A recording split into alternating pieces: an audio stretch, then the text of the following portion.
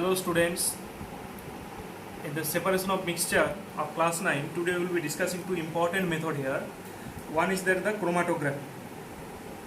This is totally new topic and the new term you are listening now. So please try to understand what I am explaining here and the chromatographic technique. Here one thing I will be telling you that chromatography also is a technique which separate different color type from a mixtures. Generally, means there are various forms of chromatography available, but here the simplest one, the paper chromatography, you have to read. You have to learn here the paper chromatography. Let us go to a diagram here.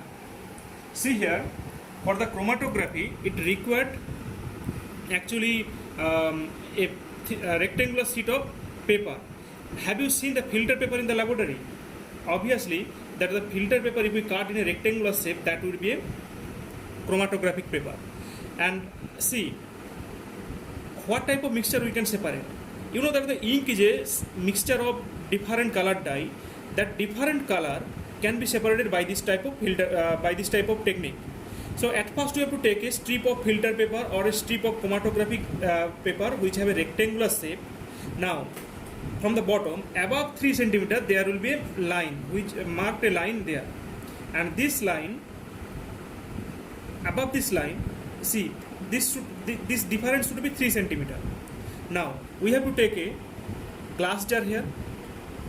Okay, see, after actually there is a line drawn by a pencil, and on this line you have to give a drop of ink, black ink or whatever the ink is there, then let it be dried.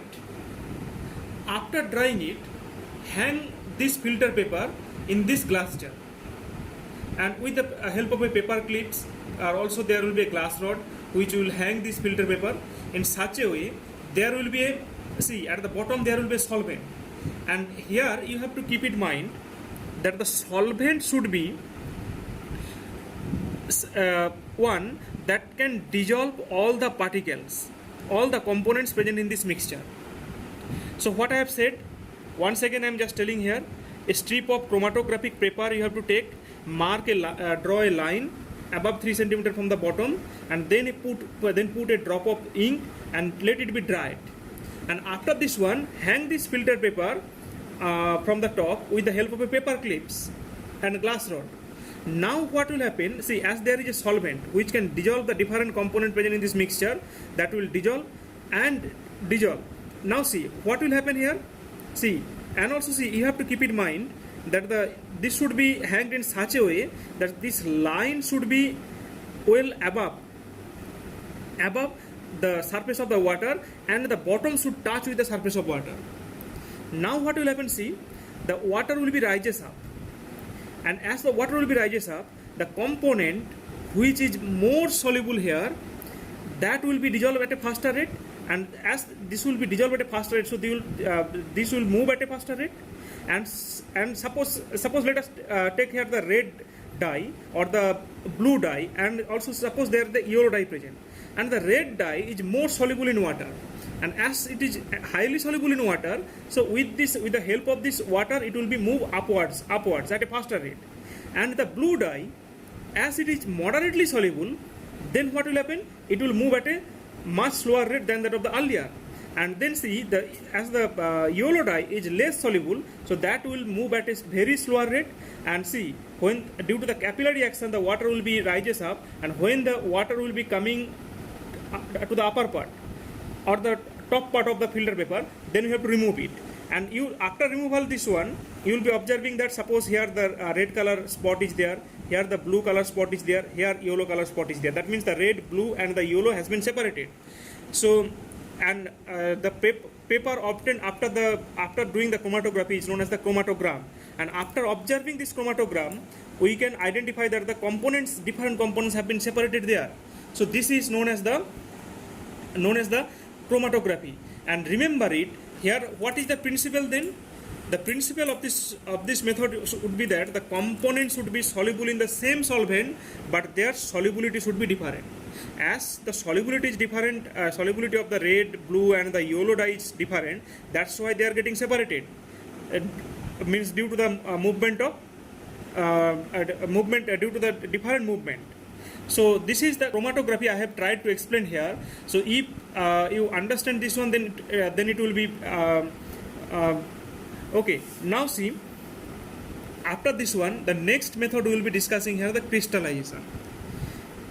Generally, you know that the different salt may contain different impurities.